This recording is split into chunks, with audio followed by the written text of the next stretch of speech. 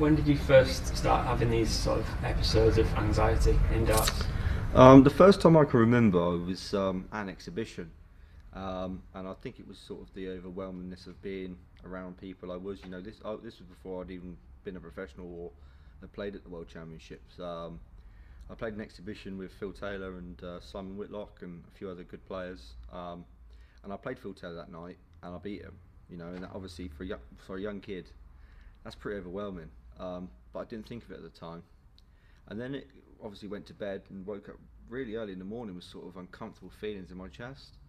And I'd never really had anything sort of along them lines in my chest before, so it really worried me. And it panicked me at that time. I thought something was wrong, maybe having a heart attack, I don't know. And then obviously I did another exhibition the next day, I was fine. And then on the Sunday, I started getting a little tingling going down my arm and stuff like that. And everything was fine, but it really panicked me, and really stressed me out. And ever since them days, I've always had sort of palpitations and stuff. It was rarely in darts, but it did start to come into darts as a whole. It was just usually just normal lifestyle, but then it started coming into darts, and it made it hard for me to play really. A lot of people thought that I was having anxiety because of darts and the stresses of being a quarterfinalist at the World Championships. Did that affect me? But it was nothing to do with that. It was beforehand that this was coming about. You had a great World Championship, 2018-19, quarterfinals against Rob Cross. You've spoken about this before, but just tell us again sort of how you felt in the build-up to the game and also during the game, what happened? I mean, I was fine in the build-up to the game. Throughout the whole tournament, I was fine. Never really had any episodes or any sort of things to worry myself. And then I was 2-0 down, obviously. We went off to the break, I was fine. Come back up, made it 2-2. And I don't know, I think it must have been me celebrating a little bit too hard. I don't know, I think I sort of was enjoying that moment anyway, because as I come off, it felt like I couldn't feel my heartbeat. And obviously, if you don't feel your heartbeat, you'd collapse. But I felt that something bad was going to happen. And for me, in that moment, the panic that came over me was the worst it had ever been in my life. It really was, and it scared me a little bit. And I didn't think I could get back up there, up on the stage, because when you feel like something bad's going to happen, how are you supposed to go back up in front of 3,000 people and millions watching at home, and you feel like you're going to make a fool of yourself, collapsing on the stage or something like that. But I had 45 seconds to get up there, and I spoke to one of the security guards, and I sort of said to him, I don't know if I can get back up there, and they said, well, you've got a few seconds left, and I just took the plunge to go back up there.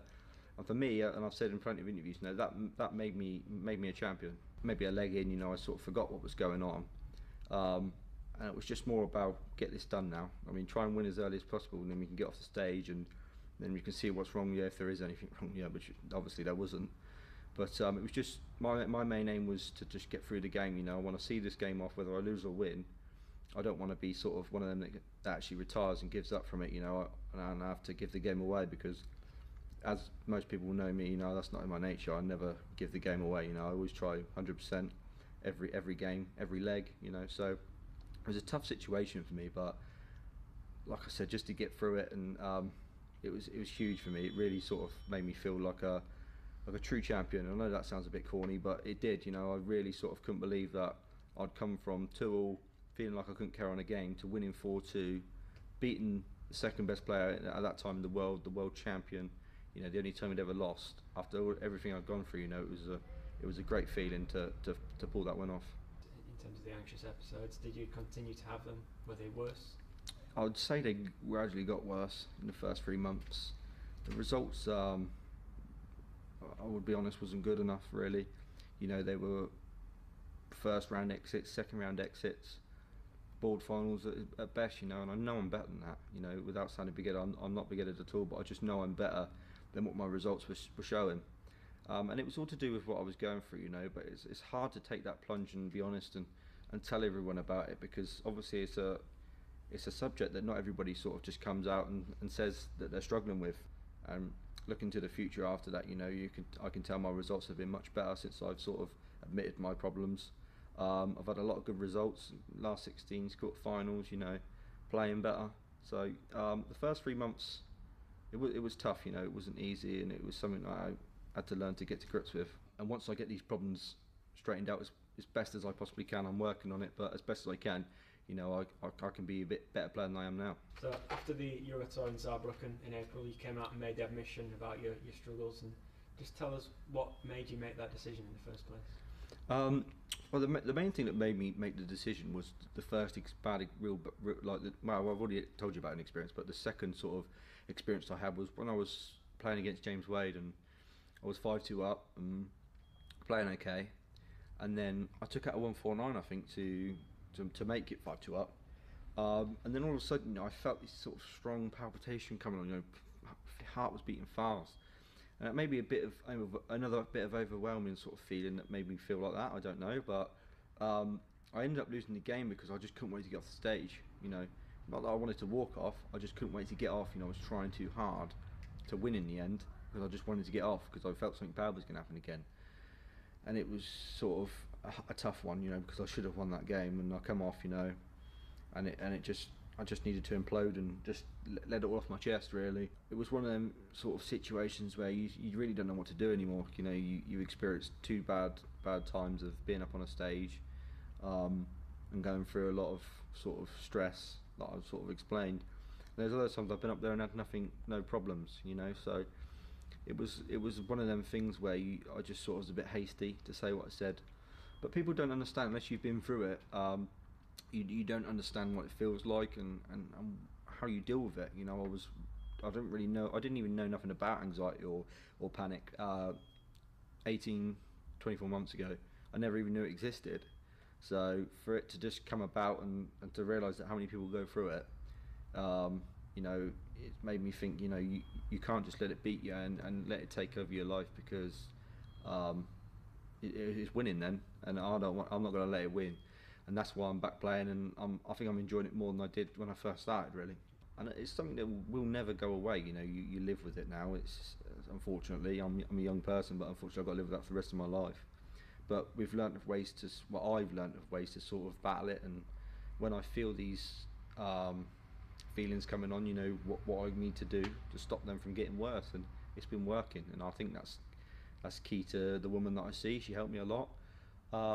And I'm thinking about going to see maybe a therapist, nothing to do with darts, just as my own sort of, to get my mind straight, to know that when these sort of things happen, I can fight them. People need to sort of come out and be honest about it, because I've known people that have struggled with panic anxiety, and you know, and then you go down the depression route, and then the depression becomes harder and harder, and unfortunately some people do take their life, which is a sad situation. You know, I know sort of around people that have done that, and it's a hard subject to talk about, because, you know, I could have gone down that route. You know, I don't think I would have, but I could have, you know, if I hadn't sought help earlier.